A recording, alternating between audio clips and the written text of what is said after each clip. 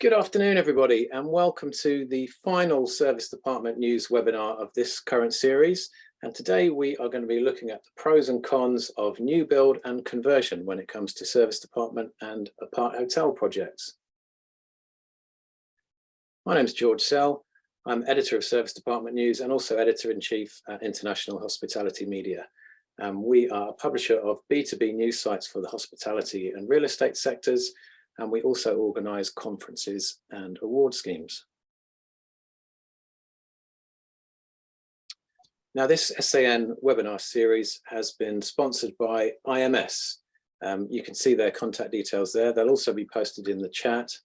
And we're just going to watch a short video to find out some more about what these guys do.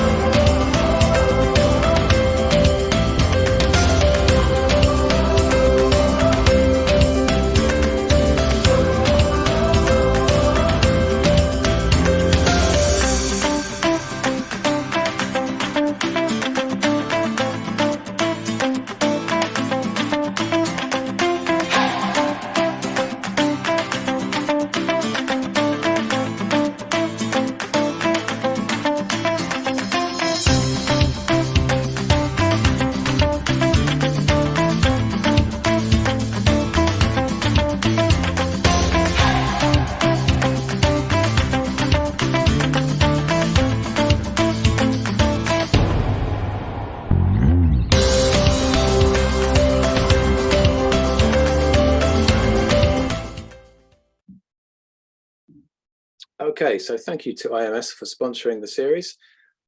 Today's session is going to last an hour. We're going to have around about 45 to 50 minutes of panel discussion, followed by some time for your questions at the end. We'd like the session to be as interactive as possible, so if you do have any questions, please submit them using either the chat or the Q&A function in Zoom. A recording of this session will be sent to everybody via email within the next couple of days. So before we introduce our panelists, I just wanted to show you some screen grabs of stories that we've run on our Service Department News website, which will just give you a little flavour of some of the topics that we are going to cover on the session today. There are quite a lot of different types of building being converted into service departments, and particularly apart hotels. You can see bottom right there, an office building. There's quite a lot of redundant office and retail space looking for new uses, but you've also got some very interesting brand new projects like the Miami one that you can see there. And on the next couple of slides, we've got some other interesting ones. In the extended stay hotel market, with that red roof story, it's nearly exclusively new build, but we've got things like bank conversions there in the top right, hotel conversion in Zurich for Edyn, which we'll probably hear more about from Alex at some point during the session. And there's a super city project there in Leeds, which I believe is a mixture of new build and conversion, so a bit of everything there. And finally, top left, we've got a hospital building, which is an interesting one. I don't think you see too many of those. And the bottom picture there, one of the more high profile conversions in the UK recently, the former Phoenix department store in Leicester, which is now a really nice apart hotel called the Gresham. So we've got a great panel here to discuss the topic from all angles. I'm going to ask the guys to introduce themselves in turn, and we'll go from left to right as we see them on the screen. So we'll start with you, Paul. Good afternoon. Good afternoon, everyone. My name is Paul Wells. I'm a partner at Dexter and Associates. We specialise in architecture and interior design on hospitality-led projects, so anything from hotels through to service departments and build to rent, that kind of thing. And very excited to hear what we come up with today and where we get to with the conversation, see which side of the argument we all fall on in the end. Thanks, Paul. And Ben, good afternoon to you. Hi, I'm Ben Davis, co-founder of Saxbury. We're a service department and aparthotel real estate agents based in London. We're specialists in the sector, work primarily on operational real estate projects with developers and investors, and seeking operators for new projects. Like Paul, I'm also interested to see where this lands. It's a perennial problem, trying to find the right solution for operators, whether it's new build or occupying existing buildings. Thanks, Ben. And James, welcome to you. Hi, George, thank you. I'm the founder of Beyond. We operate service departments, aparthotels and BTR. We offer sustainable operational solutions to owners and developers based upon how the project is built, but also on how it's operated. And our big thing is sustainable wellness, so the health and well-being of guests when staying at or beyond. Thank you, James. And finally, Alex, good afternoon to you. Good afternoon. Hello, everybody. My name is Alex Bauman-Lyons, Head of Design at Edyn Group. We are a hybrid hospitality platform specialising in extended stay. I work across all of our brands, Lock and Cove being the two most prominent. And yeah, probably worth noting, we're a vertical platform, so we do everything from finding sites, acquiring them, designing and building them, and then operating them too. Thanks, Alex. And you can see the LinkedIn contacts for all our panelists in the chat there if you'd like to make contact with them and carry on the conversation afterwards. Let's stick with you for a minute, Alex. So as you say, you're a vertically integrated company, and you have new builds and conversions in your portfolio. What would you say the ratio is at the moment in terms of opportunities that you're looking at? In terms of new opportunities, things coming through sort of the acquisitions pipeline, I think we are definitely leaning more towards conversions at the moment, and in particular hotel conversions. Probably for obvious reasons, you know, the risks associated with ground up development right now, with inflation risk, and you know, everything else that's going on in the world. It just makes a lot more sense right now for us to try and find assets that we can do relatively little to, or you know, relatively light touch renovation and refurb, and we can turn around quite quickly and get them back trading. Now, it's not, you know, that's not obviously that's the ideal. That obviously reduces the amount of opportunities you get when you narrow down the funnel of what you're looking for. So it's not that we're exclusively looking for refurbs. That's not the case, but that certainly would be our preference right now, considering everything. Mm-hmm. And is that a fairly recent development? Is the balance swinging towards refurbishments at the moment as a kind of defensive play against what's happening at the moment? I mean, for us, yes, absolutely. We just it's just a reaction to what's going on in the world at the moment, and you know, at the stage of our development and what's going on in the planet, it just makes sense for us, not just from a sustainability point of view, which is kind of what we're talking about here, but just from a risk point of view as well. Yeah. Okay. Thanks, Alex. Ben, does that tally with what you're seeing that's coming across your desk in terms of new opportunities? Yeah, I think so. I think so that the service department sector, which I believe, you know, we're all, you know, deeply involved in and interested in, there's a big opportunity for operators where, for example, landlords will contact us with hotels that might have been underperforming or need a refresh, need a rebrand. Or maybe the landlord has maybe not enjoyed their time being a hotelier, and actually they just want to be a hotel owner. And in which case, converting from, you know, a mid-market hotel brand into an aparthotel, and then wrapping it up with a master lease agreement, which, let's just say, the majority of the asset-light operators in the UK favour, that can be, in theory, a quick win because you've already got the planning class utilising C1. You know, there are always questions on, you know, having, you know, feasibility of putting in kitchenettes and ducting and all the other kind of grey areas.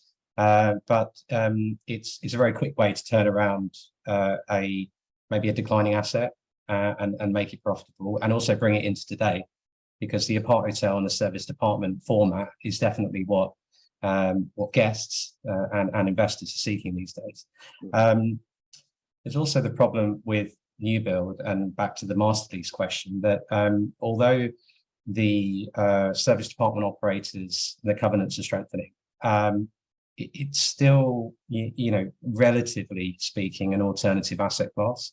So, you know, the yields just still aren't as sharp. And then what it really boils down to is, you know, if the room rate in the city is not high enough to support a rent and therefore a new build, then you won't get the funding. You know, so, you know, the build costs are escalating beyond all belief. So it's just pushing it, it's making it increasingly less likely that the service department operators are going to get a look in with a new build. Not impossible, but just there's a smaller pool to pick from now. Yeah, okay. Thanks, Ben. Paul, from an architect's perspective, are you seeing a prevalence of one type of project over the other? Not especially, I have to say. We still do a mixed bag of conversions and new build opportunities. Many of our conversions, I have to say, are in listed buildings where there isn't really a choice. However, we are seeing more demand from planners that we justify the removal of a building rather than it just being a given that we will demolish and start afresh. I think whole life carbon costing and modelling is essential to that. And as a practice, we're trying our best to retain buildings where it's feasibly possible. Sometimes brand requirements mean that actually it's impossible to convert a building. And actually, you know, we might find there's an issue with ceiling heights or fire protection. And there's also the question over whether it's the operational costs mean that actually having a building converted is the right way to go. And obviously you need to look at that as a holistic approach over the lifespan of that building. But certainly there is more awareness from clients that potentially the first thing to look at is not necessarily just a demolition and new build. Maybe there's the opportunity to expand or extend the building. And maybe it's a case that you retain the structure, but you remove the cladding and enhance the U values and the sort of environmental impact of the building through evolving what's already there. But still a mixed bag, I would say, at the minute. Yeah, okay. Thanks, Paul. We'll move on and talk later on about the nuts and bolts of the operational pros and cons of both models. But James, in terms of the projects that you've been looking at, is there a prevalence for one or the other? I know you've mainly been looking in London, but what's been kind of coming across your desk? I did actually work this out the other day. We've looked at approximately 15 projects, Aparthotel projects, that is, this year, of which 10 have been conversion opportunities and 5 have been new build. Most of the conversion opportunities are in city centres, taking existing either hotels or offices. And the majority of the new build tend to be further out or in certainly out of London. A lot of sort of big regeneration projects. So alongside something like offices and resi, then we're asked to come in to look at the hotel or the Aparthotel piece. That's mainly because people who are doing regeneration projects are looking further into the future. They're not opening up maybe 2-3 years time, but it's a 5 to 7 year project. And they know that sustainability plays a really big part of that. And that's obviously, our speciality. So we love, converting existing buildings, and like people have said, the embedded carbon, story behind that. There are always challenges, many around windows and where the windows are, and the efficiencies we can have within that building based upon the windows and the rhythm of those windows. And everyone's looking for how many rooms can you create per square foot, the bill cost per key and so forth, and that can sometimes give a disadvantage versus a new build project. So but the majority of what we're seeing, these 2/3, is conversion. Great stuff. Thank you, James. Alex, we showed a story in the intro about the Zurich hotel that you guys have bought and are converting.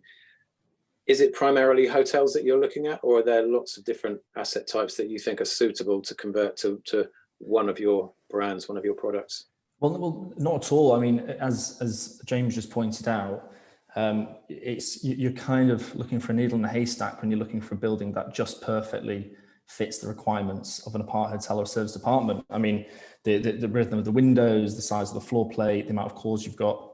So we are very agnostic when it comes to the type of property we'd look at for a conversion. But of course, the ones that happen to have most legs and that go the furthest are usually hotel conversions. We do sometimes look at resi, but as you know, especially in city centres and major cities where we tend to operate, you know, that's very controversial, and rightly so, and there's usually a lot of pressure on housing stock. So usually the option to convert a block of flats into something which is more hotel-like isn't particularly warmed or welcomed by the planners or the authorities. So yeah, hotel conversions are just where we tend to land. I mean, they've got problems in themselves, of course. Hotel rooms tend to be an awful lot smaller.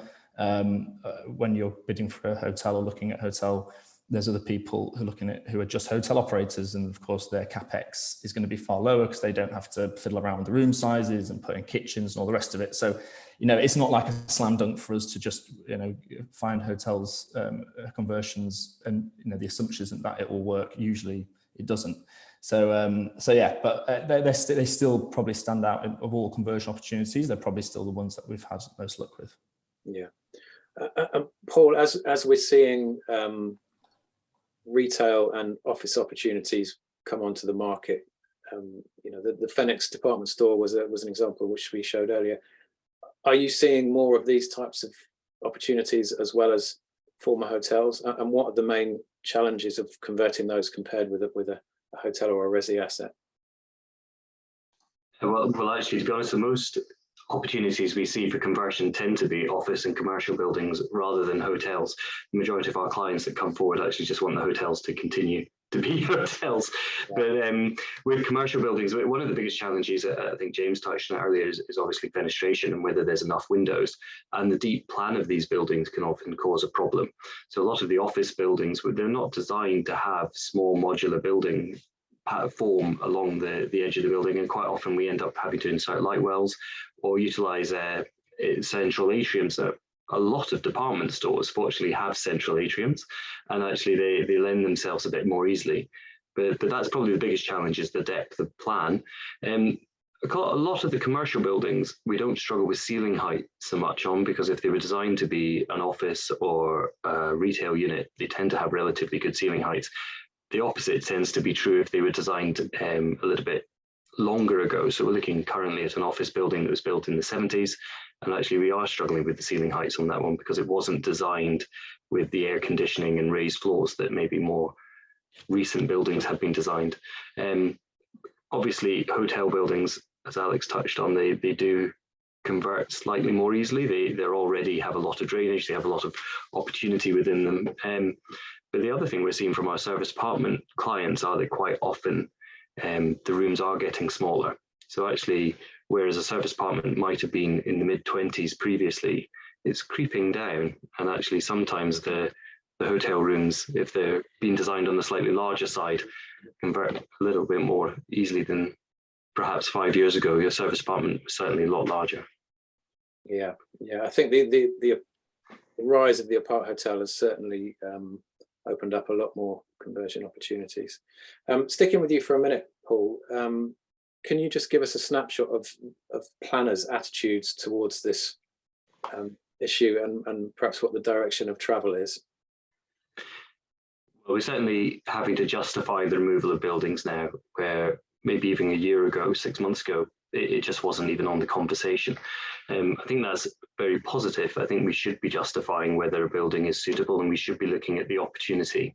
And in some ways, because planners are insisting on that, now clients are saying, well, actually, what can we do to convert this building from the off, rather than it being very much a second thought.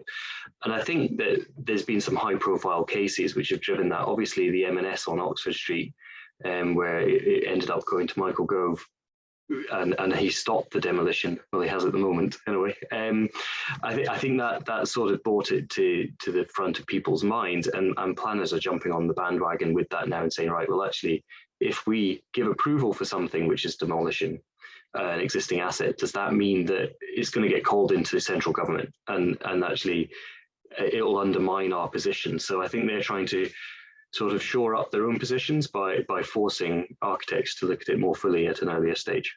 Mm-hmm. Thanks, Paul. Alex, is this presumption in favour of conversion that Paul's talking about, is that something you're seeing echoed in other countries and other cities? Yes, generally speaking, yes, I'd say it is. And in some cities that we're looking to operate in, we're searching for sites. It's the only way. For example, Barcelona, Amsterdam, where there's moratoriums on new hotel projects, the only way to get a foothold is to take an existing hotel and to convert it. I think generally speaking, in Europe, if anything, some European countries are further ahead than we are here in terms of attitudes towards sustainable development.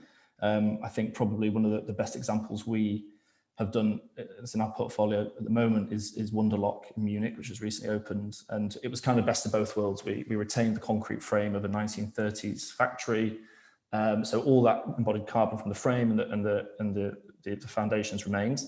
But the envelope, which was end of life anyway, all got stripped out and replaced with a very modern and highly efficient skin, which gave us excellent thermal performance. And so then you've got great for operational carbon, keeps that low, but also you keep all that embodied carbon from the steel and the concrete. And that was very very favourably looked upon by the planners. Great stuff. Thanks, Alex. Okay, well let's move on and talk a bit about the whole ESG issue, which is the main driver behind the presumption to favour conversion. James, how do you calculate when evaluating a project whether it is more environmentally friendly to convert a building or to knock it down and start again? And how complicated a process is that? It's very complicated, as you can imagine. I mean, the first thing is obviously to evaluate if the building is fit for purpose with its current structure, and like we discussed in terms of foot plates and windows and so forth, and then what kind of impact it's going to have if we are to then demolish that, and what we do with those materials that we demolish. Our preference is always to work on projects where we can keep the structure of the building and work within that, if at all possible. We don't look at, I must admit, many projects where there is the option to knock the building down. The preference, like panelists were discussing from planners, is to retain the building if at all possible, and maybe add to the building, either beside the building or going higher. So that's something that we look to do on a number of projects. There is the lifetime aspects, which I know Alex mentioned in terms of a new build project, in terms of we always, people say location, we say insulation. That's the absolute key, is to reduce the amount of energy that you use, keep the heat in or keep the heat out as the first priority. And that's what we look to do, whether it be a conversion or that is slightly easier with the new techniques for a new build project. And James, what would be the 4 or 5 key strategies that you would bring in to enhance the environmental performance of an asset that you've converted? You mentioned insulation, but yes, what else are the main pillars of that? So yeah, I mean, again, not wanting to labour the point, but yeah, roof, putting a green roof on top for the insulation aspect, ideally mixing that with some solar, putting in the best possible windows available, is absolutely crucial. I mean, something we did on a project I worked on before is we had blinds outside the windows, and if the sun hit that side of the building, the blinds came down. And if you can stop the sun's rays coming in, it dramatically reduces the need to cool that building. We also had sensors on those windows, so if a guest decided to open the window while they also had the air cooling blasting out, the air cooling stopped. So there those kind of steps as well. Another really simple thing in terms of operations is to change to a renewable energy provider. I'm constantly amazed when people say they're looking at ways to reduce their impact, I say, using renewable energy, and they say, no, not yet. And I say, well, in 5 minutes you can dramatically change the amount of carbon that you're producing, or even if the renewable energy is going into the grid, and if everyone did that, it would make a big impact as well. Building management systems is probably the third one. You've got to be able to monitor the energy that you're using and the impact you're having, and then also analyze where you're using that energy as well. We are looking at systems that enable us to turn off the heating or the cooling when a room is vacant, and then start them 30 minutes before a guest might check in or so we only use it for that time. The amount of hot water that you use, we all know that the majority of it is used in the morning and evening. So again, reducing the amount of hot water you need to have available during certain times of the day is a crucial part. And then just finally, one of our big things is the sort of environment that guests and staff spend their time in, and hotels tend to be very toxic spaces. They tend to get cleaned in 20 minutes when it should take them 40 minutes. And the only way they can do that is by spraying lots of chemicals. It makes it look all very nice and shiny, and then clean the sheets with very heavy chemicals as well. We use a water and salt-based solution that is totally chemical free. We use ozone to clean our sheets and towels. And you travel and you wake up with a bit of a sniff in the morning. And people go, it's the plane or the air conditioning. That's complete rubbish. It's a bit like using Ariel and then changing to Persil. You're going to maybe have a bit of irritation or something. Your body's going to react to this new environment and make you feel maybe a bit lethargic and have mucus in your nose. But it's so we want to try and avoid that, and some of the companies that are doing that outside the hotel space are the new age Googles and Apples of the world. They do that in their offices because they see that their employees perform 3 to 4% better when their bodies are not having to deal with this. And we've got research about how people sleep, and the quality of their sleep, the depth of their sleep when they're not having to deal with these toxins in the environment, and that all goes into the sustainability aspect, and also gives a reason for people to say, what's in it for me? What am I getting out of this experience today? I get the health benefits, which are good for me, my colleagues, and my family as well. Thanks, James. Paul, if we have a look at renewable energy, is a sizable service department or apart hotel of sufficient scale to justify having its own renewable energy provision? I mean, we had 40-degree temperatures here last week. So you could have generated some serious electricity from the solar there, or is that happening, or is it as an individual asset still too small to be plugging into that? No, I'd say just about all of our buildings now have renewable energy of some form included, whether that's rainwater harvesting, whether that's PVs, but more commonly it's ground source heat pumps or air source heat pumps. Looking at heat recovery, that's been around for a long time, but certainly it's more on the table. I think if anything, we've talked about this in the past, that unfortunately when it starts to hit the wallet, that's when people wake up and start to think about opportunities. And I think with the increased energy prices, although this is having a devastating effect for part of our pockets and certainly our private pockets, I think it will make more commercial clients sit up and think, right, what can I do to future-proof my building against this? And I don't think it matters how big your building is. I mean, certainly if maybe you're sub 10, it's a bit more difficult, sub 10 units, but the size of properties we tend to deal with, then certainly every single building we look at has renewable energy of some form included from the off, and is now part of the planning requirements as well. To put that forward, your energy strategy more than ever is now important, and the planners look at that alongside the sort of end users in the construction stages. And on some of the bigger, perhaps mixed use schemes you're working on, are you even seeing sort of district heating schemes, or is that not of sufficient scale to justify that? I know that some of the larger build to rent schemes certainly look at district heating systems and district ways of using renewable energy. Obviously, there's a lot of talk about PVs at the moment, and whether people should have them on their properties. And then the offshoot of that is, do they put that energy back into the grid? Do they have batteries? If you've got a big mixed-use scheme, like a hotel connected to residential, for example, or service apartments connected to residential, the residential users are less likely to use power during the day than some of the more commercial elements of the properties, whether that's front of house spaces or shared workspaces, nurseries, those sort of uses. And obviously they use power during the day when you're generating power. Whereas a lot of residential units will generate power during the day, but perhaps won't use as much until the evening. So I think having that district generation is a positive for the scheme, because you can move the energy to where you most need it, rather than having battery packs that need to be storing energy for later in the day. Yeah, great stuff. Thank you, Paul. Alex, Edyn is owned by Brookfield, which, in common with all the big investment houses, has ESG very high up its list of priorities. And all the big investment houses and property companies are setting targets for when their estates will be net zero carbon. I think 2040 seems to be about the average. I'm not sure what Brookfield's is.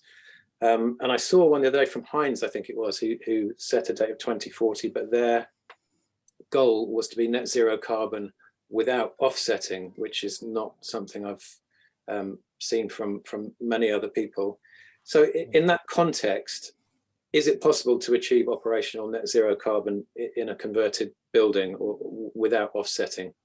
Well, I mean, it's an excellent question, and you're absolutely right. Brookfield have this extremely high on their agenda. As you know, Mark Carney, the former Governor of Bank of England, is their ESG lead. And they've been very, very encouraging of us to establish a very thorough and well thought through ESG policy, which we're in the middle of doing. So we're not actually at the point yet where we will be, we're going to announce when we plan to be net zero by, and whether we'll be including offsetting or not. That's to come. So I won't preempt it. But there's a huge effort going on at the moment within the organisation. And again, because we're a vertical platform, it's fiendishly complex. We're looking at the implications, the ESG implications of everything from development through to operations. So yeah, it's certainly not simple. Just on the subject of offsetting, I mean, that's a very controversial subject in the ESG world. I know it is. I think it's widely, I think in its purest form, most people would agree that net zero would mean without offsetting. Certainly in the construction space, for example, to do it with zero offsetting straight off the bat does seem a bit ambitious. I mean, I'm not purporting to be an expert in that, but I think a lot of people are using offsetting as part of the strategy. I think it's fair to say. Okay, thanks, Alex. Let's move on and talk a bit about cost. Ben, what are the cost comparisons, the basic cost comparisons of new build versus conversion currently? Is one option more attractive to owners and investors? And with the way the world is with costs currently rising, are we going to see one option become a clear winner? Yeah, I'm going to pick one area of that question, if you don't mind. And I think it's probably more to do with maybe the lending. And look, I think depending on whether or not you're a residential developer or a commercial developer, you might have a completely different view on this. But I mean, it all begins and ends really with money. Lots of the operators are asset light, as I suggested, apart from the vertically integrated players like Edyn. And essentially, there are fewer lenders in the alternative and niche asset space because generally it carries greater risk. And that risk can add 2 to 3% on top of the lending. In the grand scheme of things, this might not mean a lot as you're creating a much better product. But with C1, use class, service departments and aparthotels, this can only be utilised for short stays. And in the industry, we see this as a plus, but funders may see this as a weakness. Particularly, the yields are softer when compared to residential. So new build aparthotel carries a multitude of risk factors. And over the last few years, we've seen build costs go through the roof. I mean, obviously, a tailored to specific brand standards, brand new build is great. But I guess lenders also build in that risk factor of what if the brand doesn't perform in line with expectations, or worse, the tenant defaults. There can also be huge additional costs to reconfigure for a new operator. Refurbishments can also present issues, and from an energy saving perspective, it may not be as efficient. However, refurbishment is generally considered less risky in that regard, particularly if there's minimal structural work. And if it's more of an internal reconfiguration and fit out, should result in more funding options being available.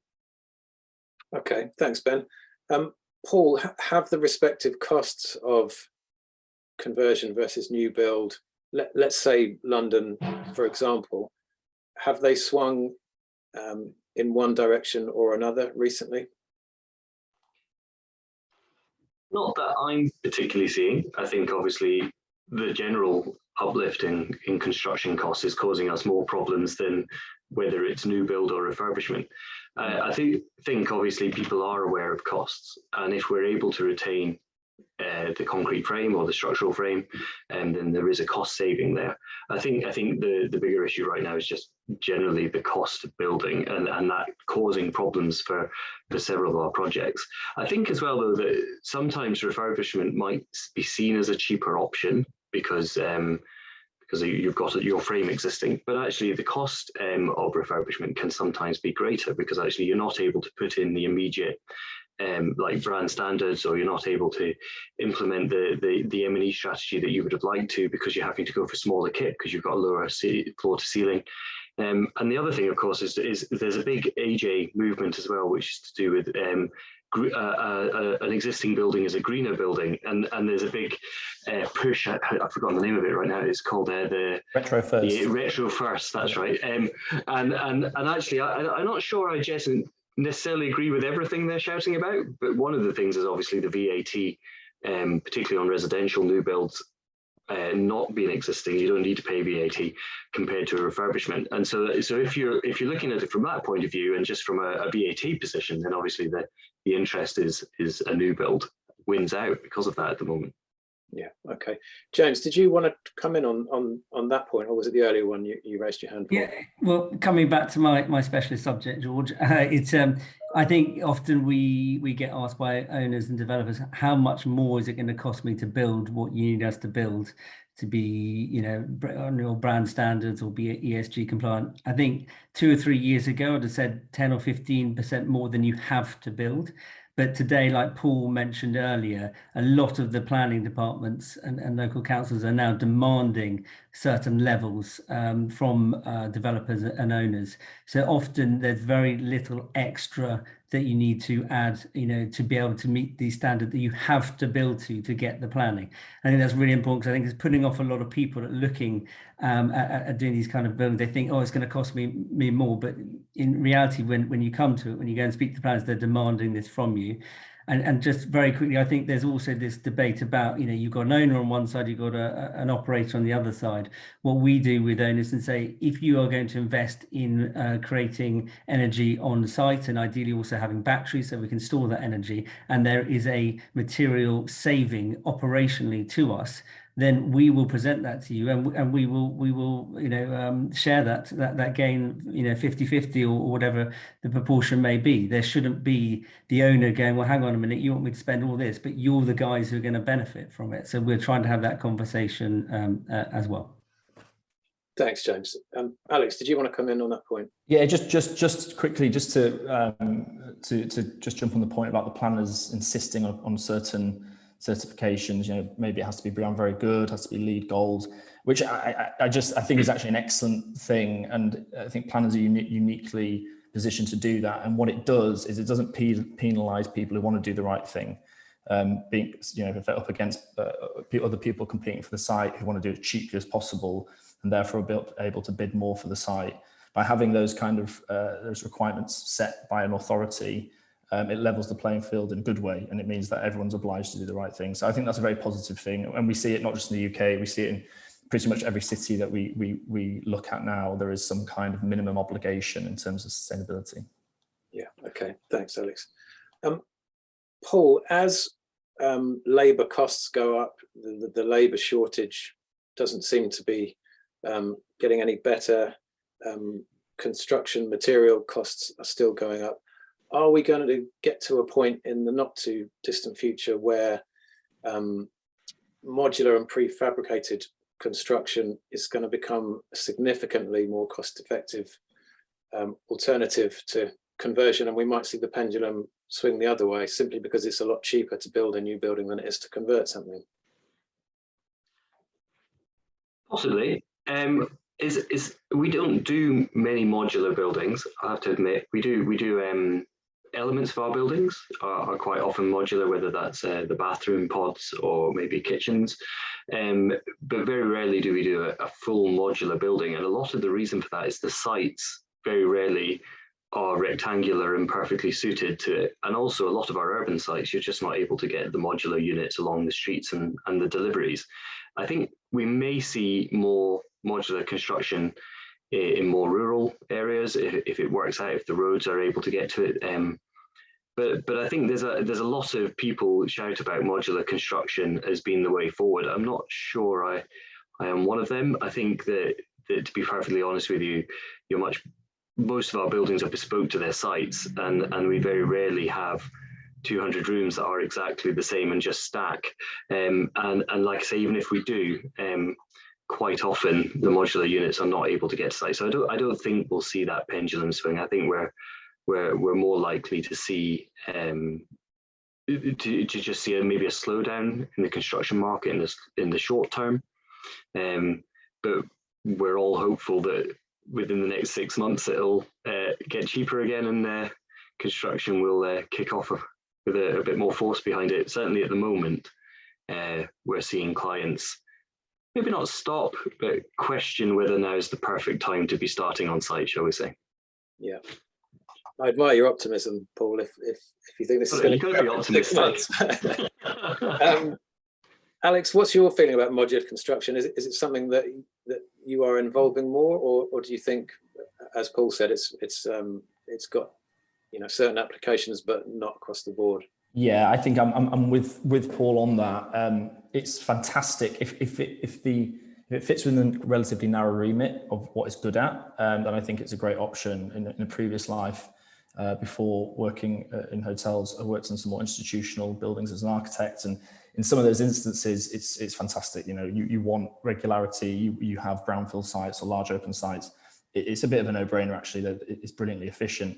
But as Paul says, actually, it's a relatively narrow window of projects that's suitable for modular. We have done modular, and it's definitely there are definitely advantages when it comes to quality control, because obviously everything's built in factory conditions, and that is great. I think we do sometimes have issues with lenders or the partners, because it is a relatively novel form of construction and it doesn't follow the same sequencing as traditional construction, and therefore contractually it can be a bit more complicated and things like that. So is it going to replace traditional construction in the hotel service department industry? I don't think so. I don't think it's suitable in the majority of applications. Yeah. Okay. Thanks, Alex. Paul, you mentioned site access there being an issue for modular. Although I have seen modular companies claiming that because their things can be craned in, it's a potential solution to that. But one thing we haven't touched about is guest and customer access, and how the planning laws have changed there. Are there certain types of building which make it difficult to incorporate access, the access provisions that are in the planning regulations? Do you mean with regards and wheelchair access and things like that? Yeah, as opposed to access to public transport. No, I don't think that's really changed. I think that we've always had to provide wheelchair access, and obviously access for all is an important part of what we do in terms of how we design. Regularly, a lot of the buildings we look at, because they're maybe more commercial, they do have lifts and provision already.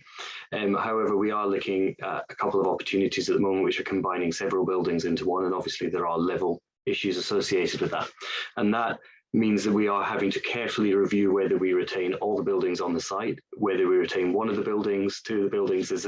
There's a process that we're having to go through, and part of that is that we're having to look at several options with the sustainability and structural engineers to assess the embodied carbon and which building is actually preferable to keep, and which buildings maybe could go, because overall that will give a better outcome and a more longevity on the building's use as a hotel. Obviously, the last thing we want to do is open a hotel where we have platform lifts and we have steps in corridors, and that means that actually it isn't necessarily the perfect opportunity to retain all the buildings on this particular site. I think what will happen there is we'll end up keeping one, and that will set the levels for the entire site. Yeah, okay, thanks, Paul. We haven't really talked about the customer much in this discussion. I'd be interested to know whether the majority of service department and apart hotel guests prefer a new build, or perhaps a conversion with character that's done really nicely. Ben, do you have operator clients who are specifically looking for one type of building or another because that's what they think their customers like, or is it on a case-by-case basis? Wouldn't it be great if the operators really knew everything about their customers? Some of them claim to. I think more often than not, it's about speed to market. Some of the most interesting, exciting brands out there contact us. They want to grow, and they want to grow now. They want rooms in their pipeline within the next 12 months, or ideally sooner. So you're not going to get that with a new build. The hope is that through a conversion or signing a conversion deal, you might reach the finish line quicker. Thinking about what guests want, guests focus on, I guess, three things: value for money, the experience, the hospitality experience, and comfort / location. Right, so being in the right place at the right time. And I believe that a lot of the UK brands are certainly nailing that. They're hitting it on the head. In particular, Lock, they've got some fantastic locations, very, very comfortable product, and excellent customer service. I think, truth be told, the majority of the global brands and the very successful hotel brands that have Aparthotel platforms, ideally they're seeking new build where they can integrate all of their specific brand standards, their typical total gross floor area per key, like a cookie cutter. And then if they have a very efficient building that's built and designed from day one to their specification, they can then run wild and create some fantastic programming within the facility, so that it resonates with the guests and they keep coming back. But if you look at the hotel sector, you've got brands like I think it's Radisson. What's it called? It was Radisson Individuals. Is I think the name. That's a brand that really exists to capitalize on immediate opportunities. A bit like the opportunity where you've got a hotelier that might want to cash in their chips and actually just be a landlord and have an operator sign a lease on a converted property. There are hotels out there that are small and unbranded, that perhaps through representation and having a bigger brand on top, they'll do better, have better cash flow. And that's why companies like Radisson created Individuals. I seem to think that IHG and Indigo, I think they created Indigo for that very reason as well.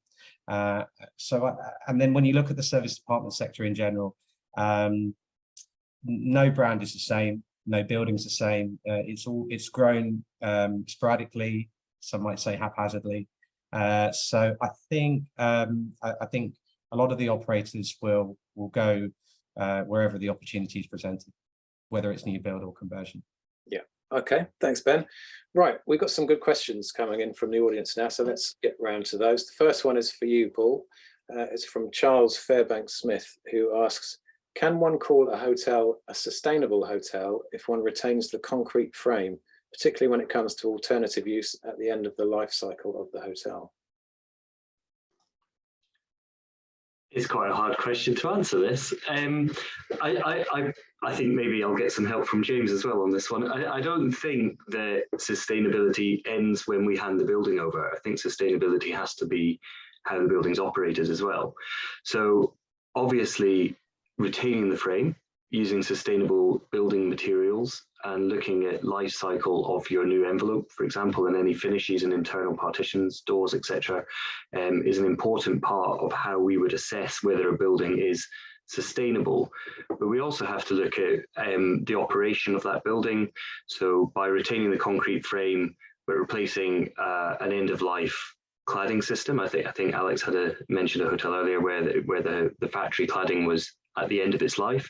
We can enhance the durability of that building. We can enhance its life cycle. Hotels quite often have a problem with what they might be converted to if they cease to be a hotel. But I think all we can do is hope that anything we design now is as sustainable as it can be, that we look at the life cycle costing of that and we look at the returns on that building, and the operator, such as James or Alex, would operate that building in a sustainable manner as well, whether that's how the building is heated and cooled, or when the building is heated and cooled, alongside the actual day-to-day operations of that building in terms of how recycling is dealt with, or whether there is plastic bottles in the rooms or glass bottles from a central water point in the hallway or something. And there's lots of different facets that need to be looked at.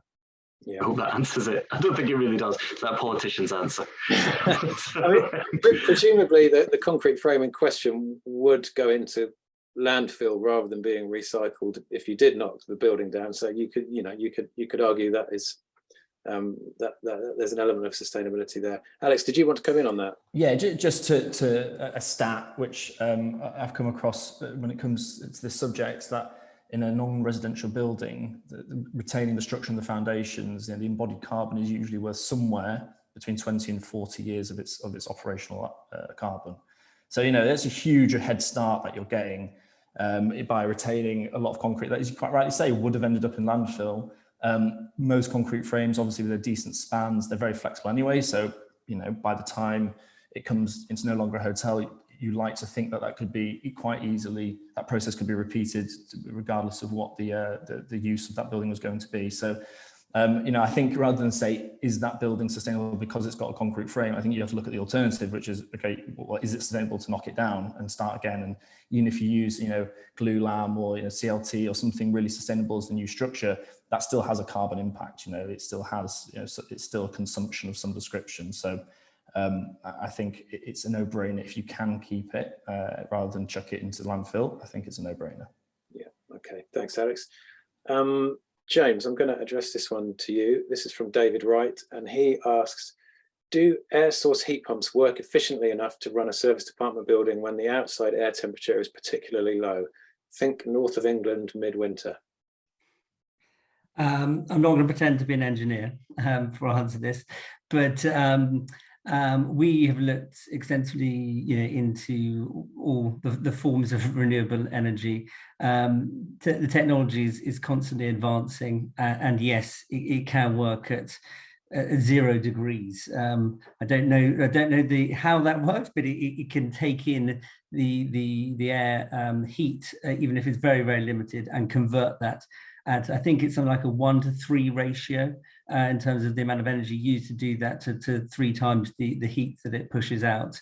So I think they work very well in what is ultimately quite a mild climate like the UK. It doesn't have the full extent of extremes, although that was mainly maybe not true of last week. So yes, it's something that we're looking at extensively. And I do think, again, using air source heat pumps, ground source heat pumps, solar and so forth, is the majority of it is a cost aspect. There's a cost saving as well as a carbon aspect to it. Again, if coming back to what I said earlier, if everyone was using renewable energy in the hotel sector, there'd be a dramatic shift and advancement in the amount of renewables coming into the system. And that's what I'd encourage everyone to do, as an easy, very easy first step. And then look at steps like this and have that discussion with the owner developer about sharing some of the benefits of the cost savings. Thank you, James. Alex. Yeah, sorry to just butt in on everyone else's answers, but I think just this is a fantastic example just to reinforce James's earlier point, which is fabric first. You've got to focus on the building being as thermally high performing as possible to maintain temperature differentials between outside and inside. That's essential. Everything else is window dressing unless you get that right. And a ground source heat pump is a perfect example. They work very, very well in highly insulated and sealed buildings. Not so well in leaky old buildings with single glazing, etc. So I think it's just worth reiterating that as a key principle. Yeah. I'll stick with you, Alex, for this next question, if you don't mind. Do you think that BREEAM is the best or most effective sustainability certificate in order to achieve net zero targets? And do you use other metrics such as EUI, energy use intensity? Yes, we do. So we usually follow what is most common in the jurisdiction that we're in. So obviously in the UK, BREEAM tends to be the favoured, and that's the one stipulated by planners, as we've already touched upon. There are flaws in its methodology, and it's not really perfectly suited to individual sectors necessarily. I was amazed the other day to find there was a proposal from a contractor to change some timber flooring to be European sourced, and it was being changed to Chinese source. And I was amazed when the BREEAM consultant came back and said there was zero impact on BREEAM. I thought, well, that's just ridiculous. If the methodology doesn't have any consideration for that, that just seems absolutely outrageous. So look, it's not perfect, and it's very broad because it's trying to be everything to everyone. We are the one area that we're really looking to find an equivalent is in fit out, loose FF&E in particular. There are several great young brands or young companies out there who are trying to develop methodologies to measure it so that we can improve it. But it is fiendishly complex. As I was mentioning before, we're going through this our ESG strategy. We're trying to design it as we speak. And one thing that we're really struggling to do is, on any given lock project, and Ben, thank you for your kind words about lock earlier, that was very nice of you. We design each one completely differently. So it's not like we just do the exercise once on a set of brand standards, work out the embodied carbon or the carbon footprint of each item of furniture. No, we have to do that for every single project from scratch. And we use different designers who have different favoured suppliers. So no one that we know to date has got a database sufficiently populated to be able to tell us not only those suppliers' footprint, but also the scope 3, which is far down their supply chain, to be able to quantify it all. It's very, very difficult at the moment. So that is something that we're definitely looking to find improvement on. Looking to find partners who can help us with that. Thanks, Alex. Just finally, quickly over to you, Paul. Are there any other certifications or metrics that we should be aware of? Perhaps any new ones that you think might become relevant? I think James introduced me to it a while ago, actually, but LEED is becoming increasingly popular in the UK. Now, it's not something which is mandated by the planning. BREEAM's still the go-to of choice. I think we all have our issues with BREEAM, including how super complicated it is. I understand LEED isn't necessarily any less complicated, but it is internationally recognised. And I think that kind of ambition for green buildings, regardless of certification authority, shall we say, is positive. Anything that involves us thinking about the buildings and proving that our buildings are doing what they're meant to be doing, I think is a positive thing. Whether BREEAM is best, I think, is up for further debate. Maybe there's a whole hour to have on that, but certainly LEED is coming forward, and certification for that is, I think, something which we'll see particularly global brands looking to hold, and you'll increasingly find that hotels, because they tend to come from the US in a lot of cases, will find that LEED is something they're asking for as a brand standard, whether we're asked for it within the UK as a mandated guideline in a way. Great stuff. Thank you, Paul. Thank you all, gentlemen, for your contributions today. We've used up our hour already. It's flown by, but it was a great conversation. Just want to show you a few slides and a few bits of information before we sign off. So this is a quick video about our flagship event, the Urban Living Festival, which happened a couple of weeks ago, and which was fantastic. We're really proud of it, and it's going to go from strength to strength, and we'd like to see loads of you there next year.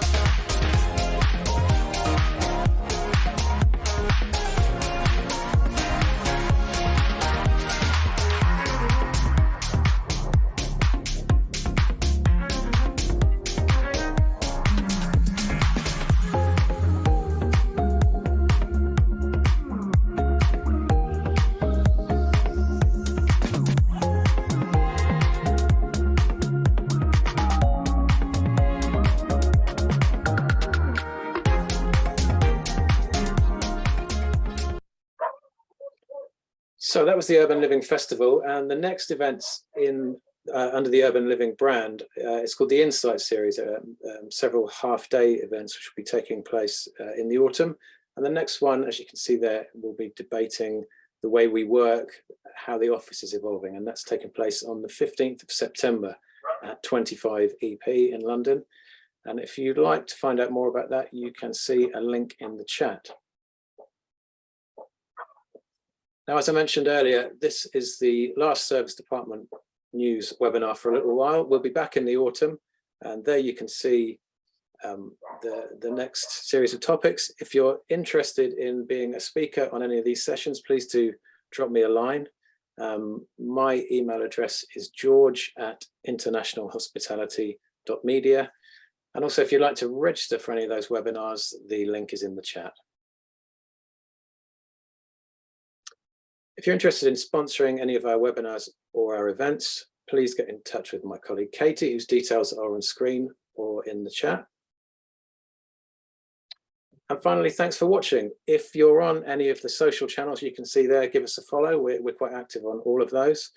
Thank you to Ben, to Alex, to James, and to Paul for their time today. Thank you for watching, and enjoy the rest of your days. We're going to leave the session open for 2 minutes so you can make some notes of all the info that's in the chat there, because there's quite a lot there. Thanks to IMS for sponsoring the series, and I'll see you all again in September. Bye-bye.